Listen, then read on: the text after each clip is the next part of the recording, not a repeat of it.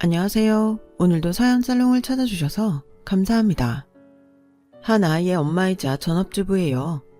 정확히는 육아 때문에 일을 쉬고 있어요. 제가 다니던 회사의 육아휴직 기간이 그리 길지 않아서 회사를 그만두기는 했지만 아이가 어린이집에 다닐 정도가 되면 다시 일을 할 생각이에요. 솔직한 심정으로는 당장이라도 일을 핑계로 육아 노동에서 벗어나고 싶어요. 그런데 사람 마음이 참 간사해서 제 손을 꼭 쥐고 방실방실 웃는 아기를 보면 또 생각이 달라지곤 한답니다.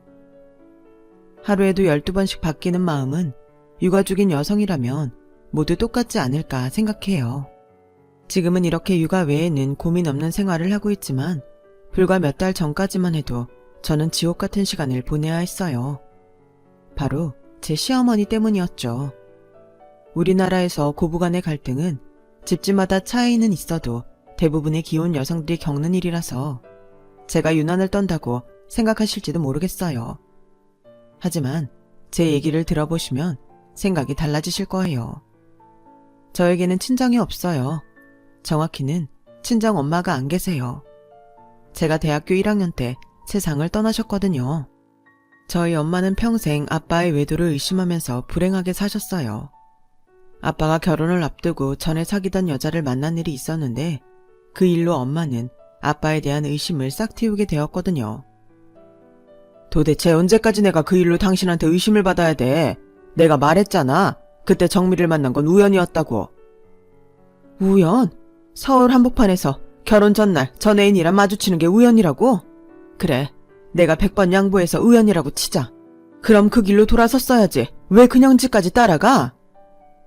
주위에서 인사불성인 사람을 어떻게 길바닥에 버리고 가니? 왜 못 버려?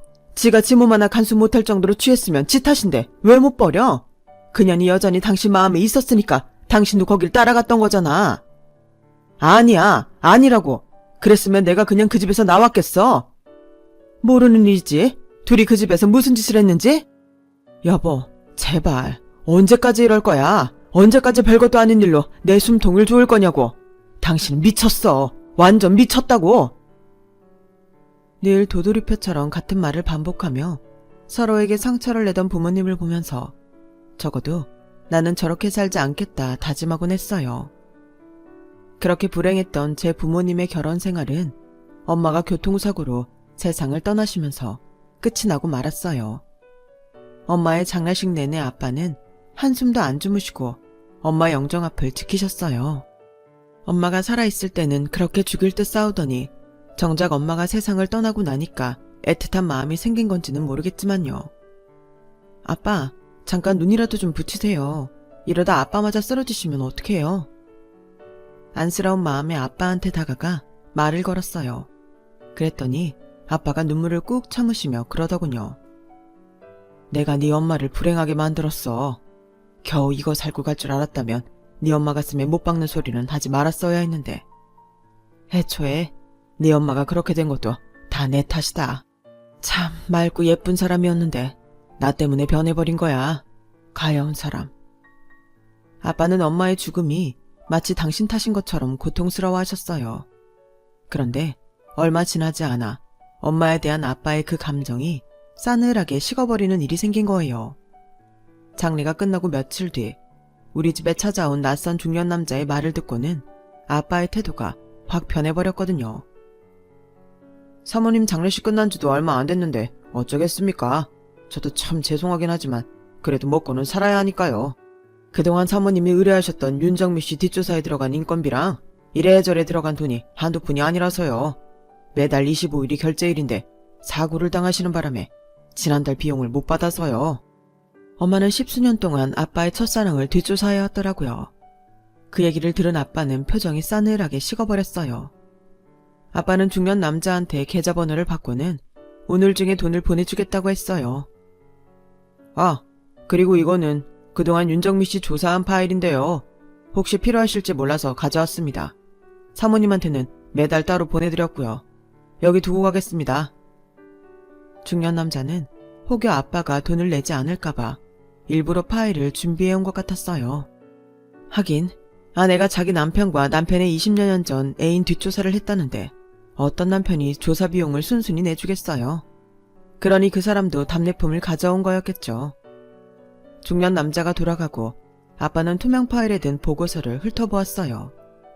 보는 내내 아빠의 얼굴은 무척이나 참담해 보였어요. 몇 번이나 한숨을 푹푹 내쉬었고 두 손으로 얼굴에 마른 세수도 하시더군요. 자기 뒷조사도 모자라서 20년도 전에 헤어진 여자의 뒷조사까지 하다니 기가 막혔을 거예요. 파일을 손에서 내려놓은 아빠는 안방으로 들어가 엄마 물건을 죄다 거실에 내던졌어요. 그리고는 쓰레기 봉투에 담아서 모조리 집 밖에 내다 버리셨죠. 더 이상 집안에 엄마 흔적이 남지 않을 때까지 아빠는 온 집안을 뒤져가며 청소를 하셨어요. 저희 부모님이 지긋지긋했던 23년간의 결혼 생활은 그렇게 정리가 되었죠. 정리를 마친 아빠는 죽는 순간까지도 엄마의 라이벌이었던 윤정미 씨를 찾아갔어요. 뒷조사 보고서에 그분이 11년 전에 이혼을 하고 혼자 살고 있다고 나와 있었거든요. 만나는 남자도 없고 자식도 없이 혼자 꽃집을 하고 살고 있다고요. 아빠는 엄마한테 복수라도 하듯이 그 여자분과 만남을 이어갔어요. 그리고 제가 대학을 졸업하던 무렵 그분과 재혼을 하셨어요. 결국 엄마가 23년 전에 헤어졌던 두 사람을 다시 연결시킨 꼴이 된 거죠. 아빠가 재혼을 하고 그분과 살림을 합치면서 저는 독립을 했어요. 저 역시 엄마의 행동을 이해할 수는 없었지만 그렇다고 아빠의 재혼을 찬성할 수는 없었어요.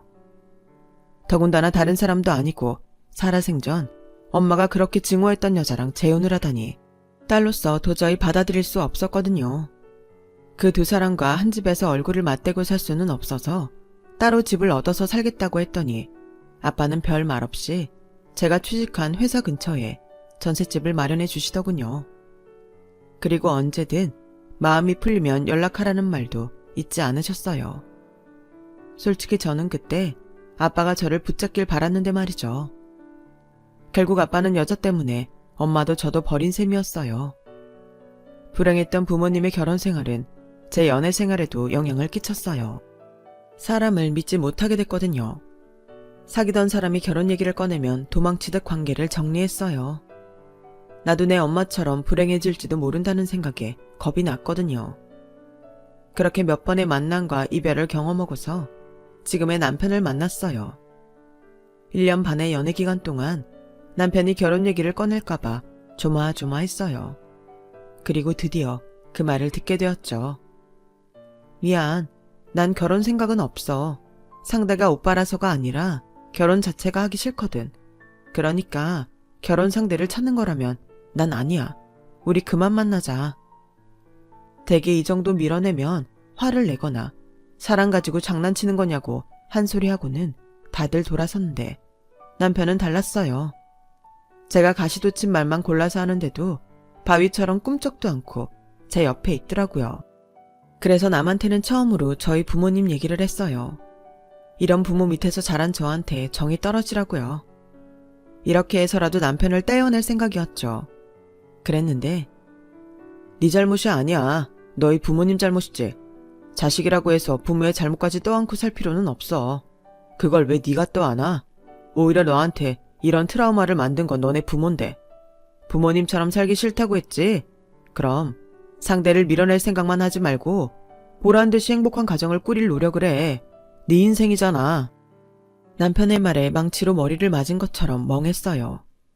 내 인생의 행복한 가정은 처음부터 없는 건 줄 알고 살았는데 그걸 꿈꿔도 된다고 말해주는 남편이 너무 고맙고 애틋하게 느껴지더라고요. 시간이 지나도 변함없이 제 곁을 지켜주는 남편 덕분에 저도 서서히 마음을 열어가기 시작했어요. 나도 행복해지고 싶다는 꿈도 생겼고요. 그러는 사이 너무도 자연스럽게 결혼을 약속하게 되었죠. 정신을 차려보니 시댁에 와 있더라고요. 결혼 허락을 받겠다고 간 거였지만 당시 남편과 저는 설사 부모님이 허락을 하지 않으신다고 해도 결혼을 포기할 생각은 없었어요. 남편이 장남이었던 탓에 시부모님한테 저는 첫 며느리가 되는 셈이었어요. 남편보다 3살 어린 시동생은 아직 만나는 여자도 없던 때였거든요. 아버님은 마치 당연한 수순처럼 제 부모님에 대해 물으셨어요. 엄마는 제가 20살 때 돌아가셨고 아빠는 연락이 끊어졌다고 말씀드렸어요. 언제고 제가 찾아 나서면 만날 수 있었지만 그때는 제 아빠의 존재를 알리기 싫더라고요. 아빠와 함께 따라올 아빠의 여자 때문에 더더욱 싫었거든요.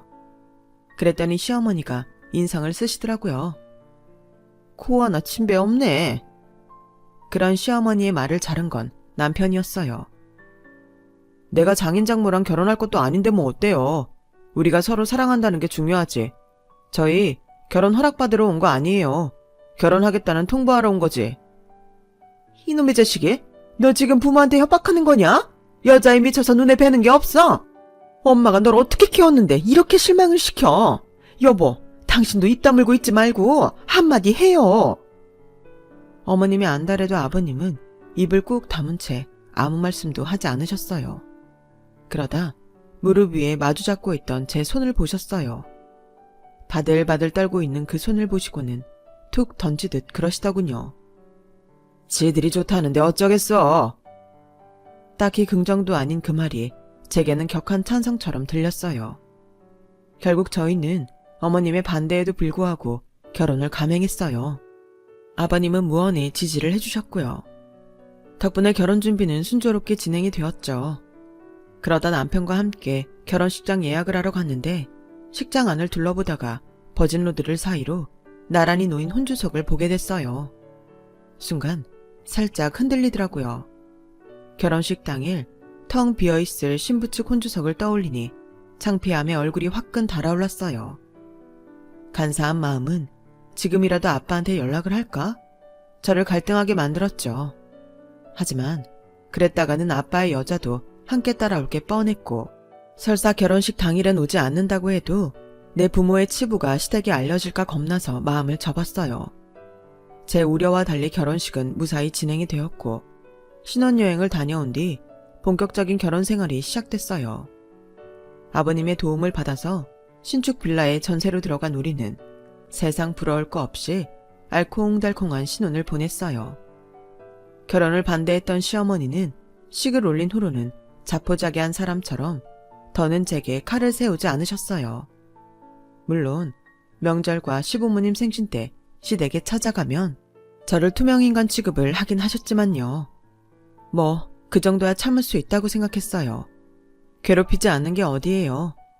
그때는 그마저도 감사하게 생각했는데 나중에 알고 보니 어머님이 제게 날을 세우지 않는 이유가 있었더라고요. 시동생이 꽤 괜찮은 집안 여자랑 결혼을 전제로 연애를 하고 있었거든요. 당신 마음에 드는 둘째 며느리를 드릴 생각에 저 따위한테는 신경 쓸 시간이 없었던 거예요. 저희가 결혼을 하고 1년이 조금 넘은 시점에 시동생은 결혼을 했어요. 동서가 시댁에 인사를 오던 날 저와 남편도 시댁에 갔었는데 저 때와는 달리 엄청 신경을 쓰는 게 보이더라고요.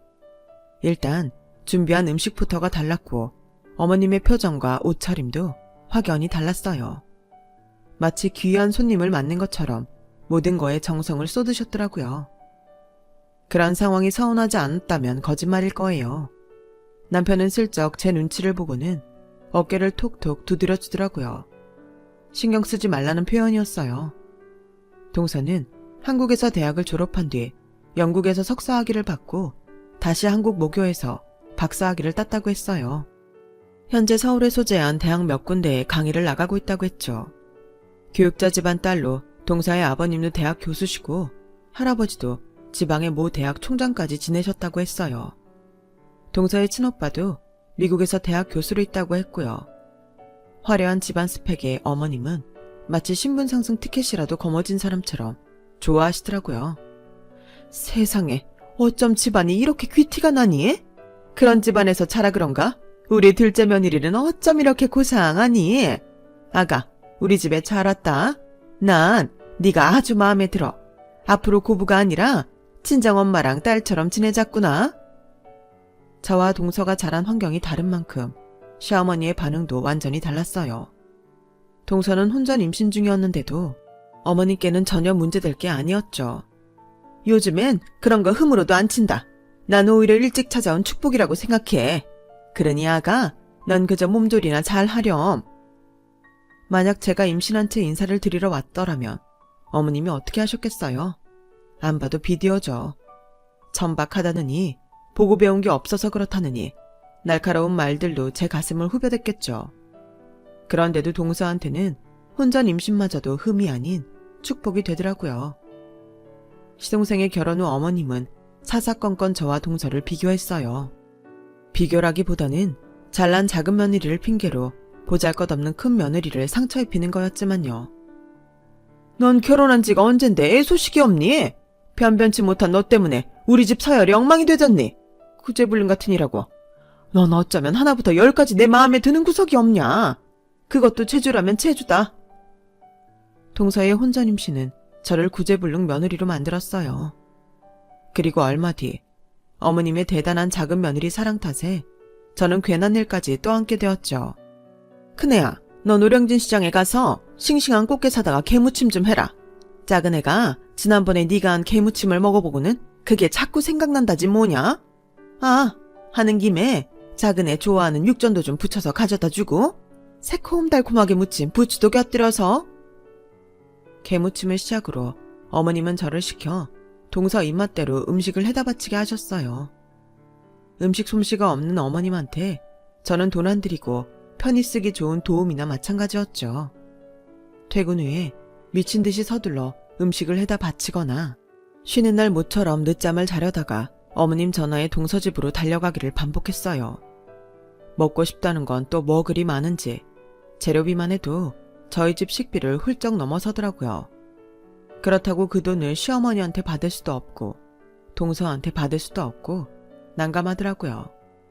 식탁에 앉아 패드에 가계부를 정리하면서 한숨을 푹 쉬고 있는데 등 뒤에서 남편 목소리가 들리는 거예요. 이게 다 뭐야? 당신 두 집 살림해? 농담이라고 한 말이었지만 제 표정이 굳어버리자 남편이 미안하다며 사과를 했어요. 근데 이런 반찬은 먹은 적이 없는데 어디다 해다 준 거야? 설마 우리 집에 해다 드렸어? 아무것도 몰랐다는 듯 툭 던지는 남편의 말에 심통이 난 저는 가시돋친 말로 받아쳤어요. 잘난 당신 재수씨한테 해다 바쳤다. 됐냐? 그걸 왜 당신이 해? 재수씨가 그러래?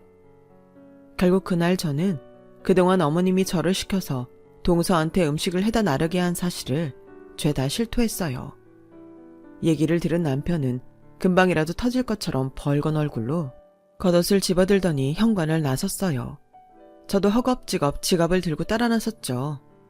남편은 그 길로 시댁에 달려가 어머님께 소리쳤어요. 엄마가 뭔데 이 사람한테 재수씨 먹을 음식까지 시켜요? 사람 앞에 두고 비교질하는 걸로 모자라서 왜 이런 짓까지 시키냐고요. 그렇게 둘째 며느리가 예쁘고 좋으면 엄마가 해다 바치든가 사 먹일 일이지 왜 엄한 사람을 괴롭히냐고요. 경고하는데 한 번만 더 이 사람 불려가 부려먹으면 나 가만 안 있어요. 아들, 네가 어떻게 엄마한테 이러니? 아유, 저게 곰인 줄 알았더니 여우였네. 손아래 똥사한테 그깟 음식 몇 번 해줬다고 지 남편한테 나를 아주 못된 시애미로 만들어놨어. 이러니 집에 사람을 잘 들여야 한다고 그러지. 어디서 저런 게 들어와서는 집안에 분란을 일으켜. 그래, 알았다. 이 못된 시애미는 앞으로 입 꾹 다물고 죽은 듯이 살 테니 아들 너는 여우 같은 이 마누라 치마폭에 쌓여서 살아라. 아우, 내 팔자야. 죽어라 자식 키워서 이런 꼴을 당하네.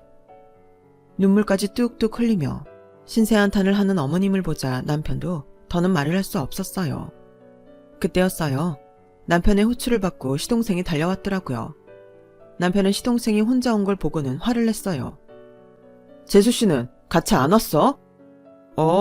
피곤하다고 자겠다고 해서 두고 왔어. 피곤해? 남의 와이프 실컷 부려먹고는 자기가 왜 피곤해? 너 재수씨한테 가서 똑똑히 전해. 한 번만 더 이 사람 불러다가 일 시키면 그때 내가 직접 찾아가겠다고. 그리고 그동안 니네 집에 들어간 식재료비 내역 보내줄 테니까 오늘 중으로 네 형수 계좌로 보내. 네 와이프가 먹을 음식을 왜 내 와이프가 돈 쓰고 해다 바쳐야 되니? 그리고 앞으로는 이 사람 네 집에 부르지 마. 또 한 번 그랬다간 내가 가서 니네 집 뒤집어 버릴 테니까. 알았어? 남편은 씩씩대며 저를 데리고 시댁을 나왔어요. 내가 괜한 말을 해서 미움만 더 사게 됐다는 생각에 남편한테 야속한 마음도 들었지만 반면에 날 지켜주려고 노력하는 남편이 고맙기도 했어요. 이런 이율배반적인 생각 탓에 집으로 돌아오는 차 안에서 저는 아무 말도 하지 못했어요. 신호 때문에 차를 세운 남편은 슬쩍 제 손을 잡더라고요. 복잡하게 생각할 거 없어. 아무리 내 가족들이라고 해도 당신한테 함부로 하면 안 되는 거야. 그건 내가 용납 못해. 남편의 말에 눈물이 툭 터져 나왔어요. 그래, 어차피 벌어진 일 걱정해서 뭐해. 난 그저 내 남편만 믿고 살면 되는 거야. 내가 노력해도 어차피 어머님한테는 미움만 받을 텐데 미움받자고 더 노력할 거 뭐 있어? 이참에 나도 포기할 건 포기하고 살면 되지. 마음을 그렇게 먹고 나니 오히려 속이 편하더라고요. 전처럼 어머님 앞에서 잘 보이려고 전전긍긍하지도 않게 됐고 동서와 비교하는 말에도 상처 입지 않게 됐어요. 한 귀로 듣고 그대로 흘려버렸거든요. 너는 떠들어라. 나는 내 인생 살란다. 이런 마음가짐으로요. 그러다 보니 그간 노력해도 안 되던 임신까지 됐지 뭐예요.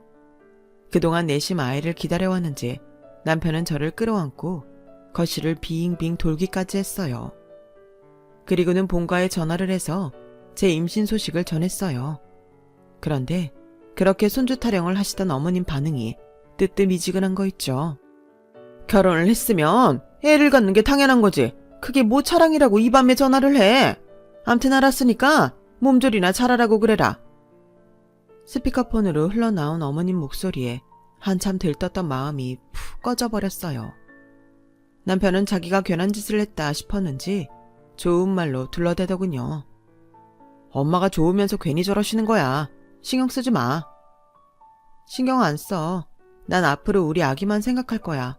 그러니까 당신도 내 걱정 그만해. 난 괜찮으니까. 그 말은 진심이었어요. 누가 뭐라든 난 내 가정의 행복만 생각하기로 했으니까요. 그러는 사이 동서는 출산을 했고 남편과 저는 동서가 지내고 있는 산후조리원으로 인사를 갔어요. 묵은 감정이 씻기지는 않았지만 그래도 축하해줄 건 축하해줘야 하니까요. 그런데 막상 가보니 동서가 지내는 방이 호텔처럼 너무 훌륭하더라고요. 거기다 나오는 음식도 훌륭하고 각종 마사지에 몸매 관리까지 해준다고 하더군요. 남편이 시동생과 잠깐 밖으로 나가자 동서는 대놓고 자랑을 시작했어요. 굳이 어머님이 여기서 쉬라고 하시더라고요. 비싸긴 해도 돈값 하는 것이라면서요. 꽤 부담되셨을 텐데. 어머님이 동서를 많이 아끼시니까. 그런데 이런 데는 비용이 얼마나 해? 뭐 옵션 선택에 따라 다르긴 한데 제 경우는 VIP룸에 풀옵션으로 해서 한 1,500 정도 되는 것 같더라고요. 1,500? 2주 산후조리 기간 동안 경차 한 대 값이 들다니 기함을 토할 일이었어요. 마침 그때 찾아온 어머님은 저는 눈에 보이지도 않는지 바로 동서한테 가셔서는 우리 교수 며느리 몸은 괜찮니? 귀한 몸인데 몸조리 잘해야지. 황금덩이 쓰다듬듯 동서 머리를 쓸어주는 어머님을 보니 더는 그 자리에 있기 싫어서 나왔어요. 누구는 귀한 몸으로 대접까지 받고 사는데 나는 임신을 하고도 변변한 축하 인사도 받지 못했다는 게 서럽더라고요. 내가 홀대받는 건 상관없는데 뱃속에 내 아기가 내 자식이라는 이유로 환대받지 못하는 건 참기 힘들었거든요. 그나마 위안이 되는 건 남편과 아버님이었어요. 남편은 제가 임신한 이유로 집안일은 물론이고 제가 먹고 싶다는 음식을 사다 나르느라 고생을 했어요. 하필 먹고 싶은 음식이 배달 어플에 없는 집 음식이라서 더더욱 그랬죠. 평소 무뚝뚝하던 아버님은 제 임신 소식에 다음날 꽃다발을 하나 알음 사들고 찾아오셨더라고요. 축하한다시며 봉투에 용돈도 담아주셨고요. 다른 거 생각할 거 없고 넌 그저 네 몸만 잘 챙기면 된다. 네가 건강해야 아이도 건강한 법이니까. 제 손을 꼭 잡아주시는 아버님 덕에 서운했던 감정이 녹아버렸어요. 이 집안에 남편 외에도 내 편이 있다는 사실이 큰 위안이 됐거든요. 시간이 흘러 임신 8개월이 넘어선 저는 회사에 휴직 신청을 했어요. 몸이 너무 무거워서 도저히 안 되겠더라고요. 출산일이 점점 다가오니 감정 조절이 잘 안 되는지 사소한 일에도 서운하고 눈물이 나고 화가 나곤 했어요. 호르몬 이상 탓이라고는 하지만 이런 저 때문에 옆에서 남편이 고생이 많았죠. 그런데도 묵묵히 참고 견뎌주는 모습을 보니 내가 결혼을 잘했다는 생각이 들었어요. 그러던 어느 날이었어요. 남편이 팜플렛을 하나 보여주더라고요. 여보, 산후조리 말이야. 여기 어때? 우리 집에서도 가깝고 후기가 괜찮더라고. 동서가 있던 산후조리원과는 시설도 프로그램도 차이가 많이 나는 곳이었지만 그만큼 가격은 저렴한 곳이었어요. 좋네. 거기로 하자. 말은 그렇게 했지만 내심 서운했어요. 아무리 제가 밉다고 해도 똑같은 며느리인데 어머님이 동서한테만큼은 아니어도 저한테도 뭐 하나는 해주실 줄 알았거든요.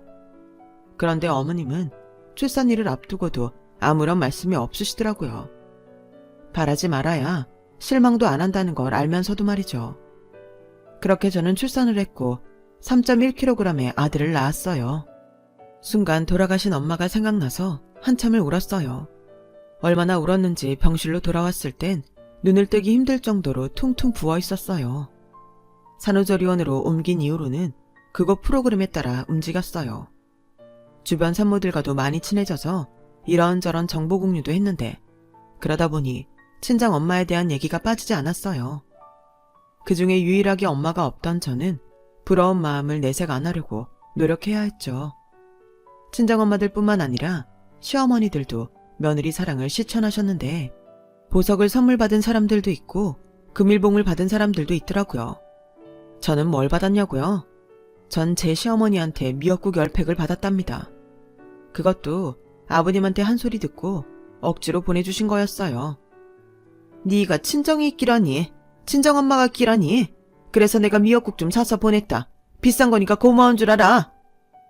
남편을 통해 집으로 웬 택배가 도착했다는 말을 듣고 의아하던 참이었는데 어머님이 출산 선물이라고 보낸 거였더라고요. 동서한테는 1,500만 원짜리 산후조리원을 해주시고 저한테는 15,000원짜리 미역국을 보내주시다니 참 너무하시죠. 그때 결심했어요. 어머님이 차등을 두시는 만큼 저도 똑같이 갚아드리겠다고요. 그러던 어느 날 남편이 평소와 다른 표정으로 제 눈치를 살피더라고요. 연락 올 곳이 있는지 휴대폰을 살피면서요. 자기 왜 그래? 무슨 일 있어? 약속 있는 거면 가봐. 난 괜찮으니까. 그게 아니라 저기 여보, 누가 여기로 오기로 했는데 괜찮아? 뭐? 내 꼴이 엉망인데 왜 여기로 불렀어? 도대체 누가 오는데? 그때였어요. 남편의 휴대폰이 울렸고 남편은 잠깐 나갔다 오겠다며 방을 나섰어요. 그리고 몇 분 뒤 남편은 누군가를 데리고 방으로 들어왔어요. 남편이 데리고 온 사람은 저희 아빠였어요. 아빠를 보자 코끝이 시큰하더니 나도 모르게 눈물이 흐르더군요. 평생 안 보고 살 거라고 굳게 다짐했었는데 이제 내 아빠도 아니라고 마음에서 도려냈었는데 아빠 얼굴을 보는 순간 모든 게 다 사라져버리고 아이처럼 눈물만 터졌어요. 아빠는 제게 다가와 손을 꼭 잡아주시곤 한참을 말없이 앉아 계셨어요. 마침 수유 시간이 돼서 아이를 방으로 데려오자 아빠는 그제야 한바구음을 보이시더라고요. 너 태어났을 때랑 많이 닮았구나. 아빠는 손주한테서 눈도 못 떼신 채 바라보기만 하셨어요. 아빠, 한번 안아보실래요? 그 말에 아빠는 기다렸다는 듯 손주를 안으셨어요. 그리고는 참았던 눈물을 쏟으시더라고요. 그날 아빠와 저는 별다른 대화는 하지 않았지만 가슴에 쌓여있던 응어리는 많이 녹아버렸어요. 아빠는 그날 이후에도 산후조리원을 찾아오셨고 제가 산후조리원을 나오고도 종종 집에 찾아오셨어요. 그동안 못한 아빠 노릇을 대신해 외할아버지 노릇을 하시려는 듯 손주가 쓸 침대며 옷, 장난감, 심지어 아직 읽지도 못하는 동화책까지 매번 한 알음씩 사다 나르셨어요. 나중에 남편이 그러는데 산후조리원비도 아빠가 내주셨다고 하더라고요. 그렇게 아빠와 왕래를 다시 하게 된 저는 엄마의 부재로 허전했던 마음이 조금은 채워지는 것 같았어요. 시어머니의 편향된 둘째 며느리 사랑에도 신경이 덜 쓰일 정도로요. 시간은 흘러 동선의 아기 돌잔치가 다가왔어요. 동선은 내가 굳이 알고 싶어 하지도 않았는데도 전화까지 해서는 이번 돌잔치 비용도 어머님이 대주신다고 자랑을 해대더군요. 예전 같으면 그 말에 가슴이 싸했겠지만 이제는 나한테도 든든한 아빠가 있다는 사실에 그리 신경이 쓰이지는 않았어요. 비빌 구석이 있다는 게 이렇게 든든한 것일 줄은 몰랐어요. 드디어 돌잔치 당일, 애 엄마들 사이에서 꽤 유명한 곳에서 치르게 된 돌잔치는 물 흐르듯 진행이 되었어요. 그리고 드디어 돌잔치의 하이라이트인 돌잡이가 시작되려는 그때 문 밖이 시끄럽더라고요. 그리고 이어 한 중년 여성이 문을 박차고 식장으로 들어왔어요. 여자는 죽일 듯이 저희 동서를 노려보았고 여자의 등장에 객석에 앉아있던 동서의 동료 교수가 고개를 푹 숙였어요. 그러자 여자는 그 사람한테 다가가 머리채를 잡더라고요. 그 모습에 동서는 얼굴이 허옇게 질렸고요. 이것들이 아주 쌍으로 지랄들을 한다. 그래, 네 새끼 돌잔치라고 여기까지 기어왔니? 다들 모르는 모양인데 저 여자가 낳은 애 내 남편 자식이에요. 저 여자 내 남편이랑 붙어먹다가 나한테 걸리니까 딴 놈이랑 결혼한 거라고요. 그래도 애는 치울 줄 알았는데 남의 씨를 가지고 장난질을 해? 그 말에 시어머니는 동료 교수를 번갈아 보며 믿을 수 없다는 듯 말했어요. 아가, 이 말이 사실이냐? 우리 진우가 이 남자 자식이라는 게? 니네 학교 동료 교수라고 했잖니? 어서 말 못해! 동서는 울상이 돼서는 아무 말도 못하고 서 있었어요. 그러자 중년 여자가 대신 말을 이어갔죠. 교수는 개뿔. 돈 주고 교수 자리 산 내 남편이나 부모 덕에 교수 자리 꿰찬 처년이나 강단에 서면 안 되는 쓰레기들이에요. 학생들 가르칠 생각은 않고 배웠다는 것들이 더러운 짓은 다 하고 살았다고요. 아주머니 아들이랑 사귀면서도 내 남편이랑 모텔 드나들던 년이라고요. 손주 얼굴을 보세요. 아주머니 아들 닮은 구석에 있나? 여기 앉아있는 내 남편 얼굴이랑 반박인데 모르시겠어요? 그래놓고 이 자리에 뻔뻔히 와서 앉아있는 꼴이라니. 니들 정말 대단한 인간들이다. 손주 얼굴과 동료 교수의 얼굴을 번갈아 보던 시어머니는 뒷목을 잡고 휘청 하셨어요. 그리고는 기를 쓰고 동서한테 다가가서는 머리채를 잡곤 욕설을 퍼부으셨죠. 이 더러운 년이 어디 감히 내 아들 인생을 망쳐. 그동안 내가 너한테 얼마나 잘해줬는데 은혜를 원수로 갚아? 죽어라 이 년아. 그러자 동서도 지지 않고 시어머니를 밀치며 말했어요. 은혜 같은 소리 하시네. 무능한 당신 아들이랑 살아주는데 그 정도는 당연한 거 아니에요? 나 아니었으면 어머님 아들 회사에서 잘렸어도 진작에 잘랐다고요. 내 인매가 아니었으면 영업 실적도 못 따냈다고. 잘난 교수 남편으로 살면서 은혜 받고 산 건 내가 아니라 당신 아들이란 말이에요. 막장 드라마 같은 이 상황에 하객들은 휴대폰을 들고 동영상을 찍기에 바빴고 시동생은 우는 아이를 달래랴 울분을 터뜨리랴 난리도 아니었어요. 폭풍처럼 돌잔치를 휩쓸고 지나간 사건으로 결국 시동생은 이혼을 하게 되었어요. 동서와 동료 교수 앞으로 소송도 시작했다고 하더군요. 그리고 그 무렵부터 어머님이 저를 대하는 태도가 달라졌어요. 시동생의 이혼 때문은 아니고 제 친정아빠의 재력을 알아버린 탓이었죠. 없는 줄 알았던 사돈이 나타난 것도 놀라운데 돈까지 많다니까 땡 잡았다 싶었던 거죠. 동서를 두고 고귀한 집안 딸이라며 저랑은 태생부터가 다르다고 사람 기를 죽이던 어머님은 당신이 언제 그랬냐는 듯 저한테 살갑게 구셨어요. 얼마 전에는 뭘 하시는지 아세요? 아가, 너 이제 회사 복귀도 해야 할 텐데 우리 정우 봐줄 사람이 필요하지 않겠니? 그래서 말인데 내가 네 아들 키워주마. 시어미도 따지고 보면 엄마 아니겠니? 우리 지나간 일은 있고 고부지간이 아니라 친정엄마랑 딸처럼 살아보자꾸나. 비 온 뒤에 땅이 굳는다잖니? 어머님의 발빠른 태세 전환에 입이 떡 벌어질 정도였어요. 어머님, 괜한 노력하지 마세요. 전요, 동서랑 달라서 어머님 장깨에 안 넘어가요. 사람이 일관성이 있어야죠. 고귀한 교수 며느리 칭송하시던 게 엊그제 같은데 그렇게 가짜나 하시던 저한테 왜 이러세요? 전요, 어머님이 제 출산 선물로 시판용 미역국 10팩 보내주셨을 때 결심했어요. 받은 대로 갚아드리겠다고요. 저요, 앞으로 아버님만 챙길 거예요. 용돈도 아버님 것만 드릴 거고 여행도 아버님만 모시고 다닐 거예요. 어디 어머님도 차별 한번 받아보세요. 그게 얼마나 사람을 구차하게 만드는 일인지 몸소 체험하시라고요. 그리고요, 미리 경고하는데요. 제 아들 몸에 손끝 하나도 대지 마세요. 제 아들 몸에 부정 타는 거 끔찍하게 싫으니까요. 아셨어요? 저는 내 할 말만 하고는 전화를 끊었어요. 누가 뭐라고 하든 저는 어머님 용서할 생각이 없거든요. 적어도 어머님이 진심으로 후회하고 사과하시기 전까지는요. 물론 그런다고 해서 제 마음이 단번에 풀어질 일도 없겠지만요. 하루는 시동생과 이혼 소송을 하게 된 동서가 전화를 했더라고요. 저보고 법정에서 증언을 해달라나요? 형님, 솔직히 제가 시댁에 할 도리는 다 하고 살았잖아요. 그런데도 어머님이 제가 가정에 소홀했다고 그러시네요. 형님도 어머님한테 당해봐서 아시죠? 형님이 당하는 거 보면서 저도 얼마나 가슴이 아팠는지 몰라요. 그래서 말인데요. 저 좀 도와주세요. 제가 결혼 생활 중에 가정에 충실했다는 거 형님이 증언을 좀 해주시면. 저는 더 들을 것도 없어서 말을 잘랐어요. 동서, 뭔가 착각하는 모양인데 정신 차려. 난 동서 인생에 관심 없어. 근데 이거 하나는 말할게. 사람이 사람 마음을 가지고 장난질을 했으면 거기에 응당한 죗값을 치러야 한다고 생각해. 차라리 돈이면 갚으면 그만이지만 마음은 아니잖아. 어떻게 갚을 건데? 어떻게 상처받은 마음을 보상할 거냐고. 왜도?